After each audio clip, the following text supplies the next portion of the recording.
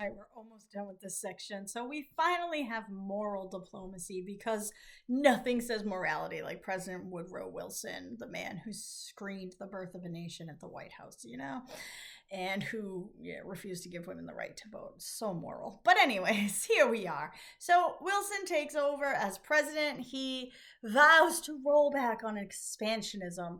And he says that obviously Americans are superior.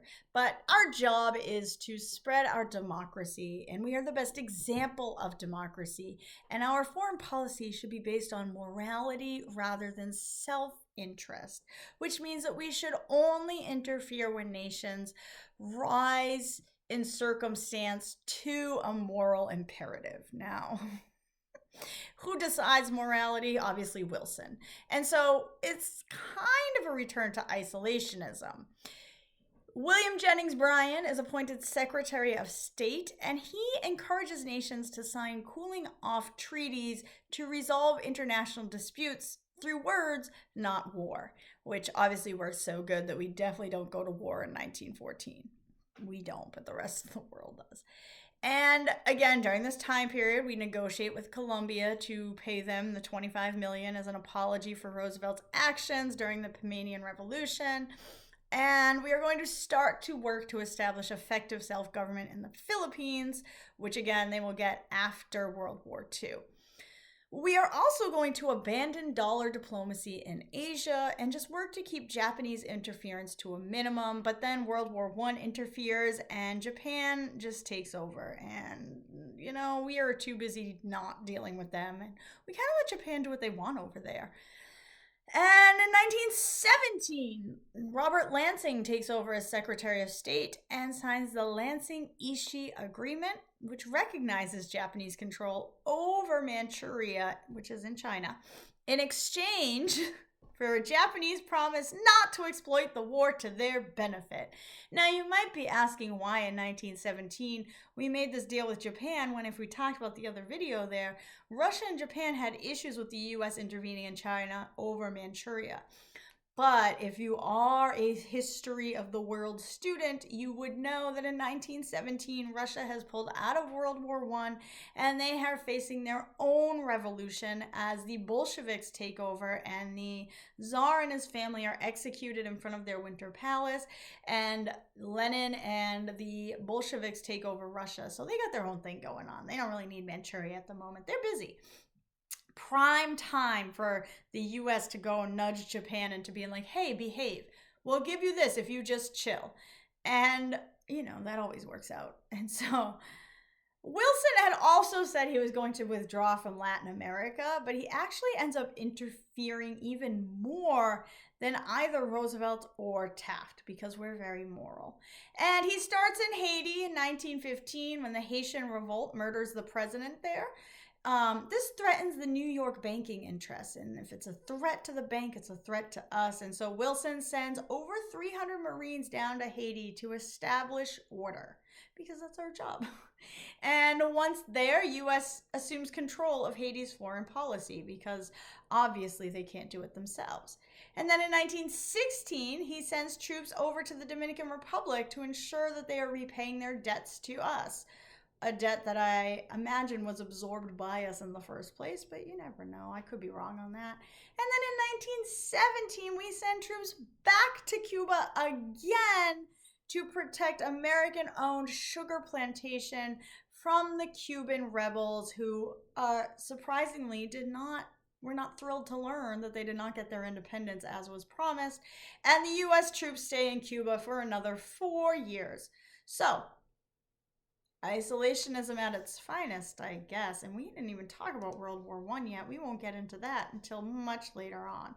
Meanwhile, in Mexico, the Mexican government is having its own problems because Victorino Huerta has taken power weeks before Wilson's inauguration.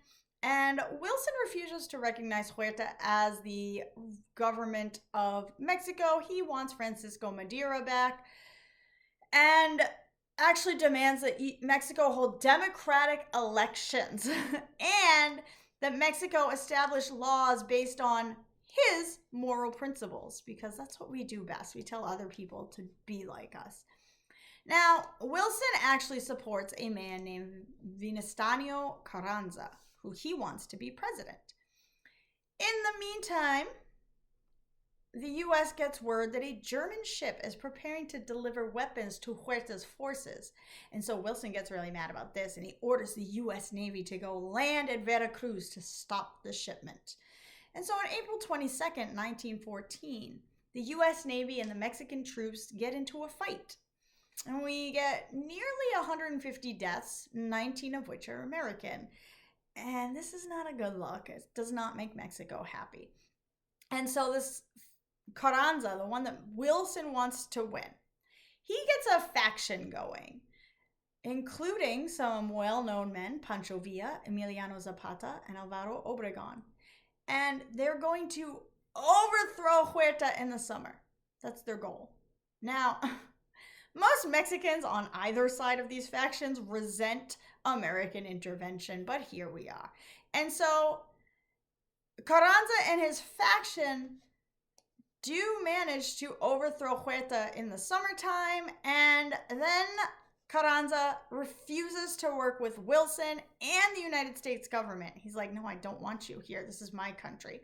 And he then threatens that he will defend Mexico's mineral rights against all American oil companies that are already there if Wilson doesn't back off. And so Wilson gets angry at Carranza, and he turns to Pancho Villa and his forces. And he tries to work with Pancho Villa and says, okay, I know you guys are on the same team before, but now Pancho Villa and his guys don't like Carranza either, so the U.S. is going to try to work with Villa to overthrow Carranza's government. Unfortunately, Pancho Villa and his group do not have the strength in numbers or weapons to overtake Carranza, and so by 1915, Wilson is forced to acknowledge that Carranza's government is the real government, which makes Pancho Villa mad. And Pancho Villa gets so mad at Wilson, he turns on him, and in March of 1916, Pancho Villa leads a 1,500-man force across the border into New Mexico, and they attack and burn down the town of Columbus, where over 1,000 people die in the attack, but only 17 are American, so like, calm down, Wilson. And in response to this, Wilson is now mad at Pancho Villa, and so he sends General Pershing to Mexico to capture Villa and send him back to the U.S. for trial. And Pancho Villa marched 1,500 troops into America, so Pershing marches 11,000 troops into Mexico. They make it about 300 miles before Carranza orders them to withdraw from his country or there will be a problem. And in 1917, Wilson reluctantly pulls the troops back, which avoids war with Mexico, but we're also starting to prepare for intervention in Europe. And if you're wondering why he decides to withdraw the troops, again, this is not a Mexican history class, although you could... This is about the same time where the Germans are sending the letter to Mexico trying to convince them to revolt against the United States. So Wilson may be aware that he does not have the strength that he thinks he does if Mexico were to get allies from somebody else. And even though Germany doesn't have the strength either because they're fighting in World War I, you can't take that risk. And, it's just something that you're not willing to take the risk of. And so that is the end of our foreign policy until we revisit it during World War I. If you are looking for anything good, some light reading, Empire's Workshop, Latin America, the United States, and the Making of an Imperial Republic covers a lot of this stuff far more in depth. I don't have a great source for China or Japan.